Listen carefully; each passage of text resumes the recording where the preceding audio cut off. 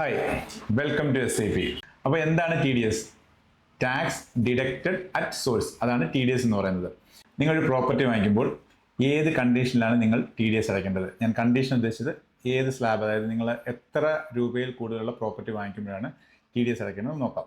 Buyer സെല്ലർക്ക് നിങ്ങൾ agree ചെയ്ത payment കൊടുക്കുന്നതിന് തൊട്ട് മുമ്പ് നിങ്ങൾ ഈ അടയ്ക്കുന്ന ടാക്സ് എമൗണ്ട് ഡിഡക്റ്റ് ചെയ്തിട്ട് വേണം ആ സെല്ലർക്ക് പേയ്മെൻറ്റ് കൊടുക്കാൻ വേണ്ടി. സോ നിങ്ങൾ 50 ലാഖിൽ താഴെയാണ് ഡീൽ ചെയ്യുന്ന എമൗണ്ട് എങ്കിൽ നിങ്ങൾക്ക് TDS അടയ്ക്കേണ്ട ആവശ്യമില്ല. 50 ലാഖിന് മുകളിലാണെങ്കിൽ, സപ്പോസ് 60 ലാഖ് ആണെങ്കിൽ എൻ്റയർ 60 ലാഖിന് നിങ്ങൾ TDS കൊടുക്കണം. അപ്പം മനസ്സിലായില്ല, 50 ലാഖ് പ്ലസ് കഴിഞ്ഞിട്ട് 10 ലാഖിനല്ല അടയ്ക്കേണ്ടത്, എൻ്റയർ 60 ലാഖിന് നിങ്ങൾ ടാക്സ് അടയ്ക്കേണ്ടതാണ്. സപ്പോസ് നിങ്ങൾ ഡീൽ ചെയ്യുന്ന പ്രോപ്പർട്ടി ഒരു 75 ലാഖിൻ്റെ ആണെങ്കിൽ അതിൻ്റെ 1% എന്ന് പറയുന്നത് 75,000 ആണ്. അത്രയും രൂപയാണ് നിങ്ങൾ ഗവൺമെൻറ്റിൽ TDS ആയിട്ട് അടയ്ക്കേണ്ടത്. സോ TDS എന്താണെന്നും ഏത് സാഹചര്യത്തിലാണ് നിങ്ങൾ TDS അടയ്ക്കേണ്ടത് നിങ്ങൾക്ക് മനസ്സിലായല്ലോ. സോ ഇതുപോലുള്ള ഇൻഫോർമേറ്റീവ് വീഡിയോയ്ക്കായി please stay tuned. Aneesh Thulasidhar, by.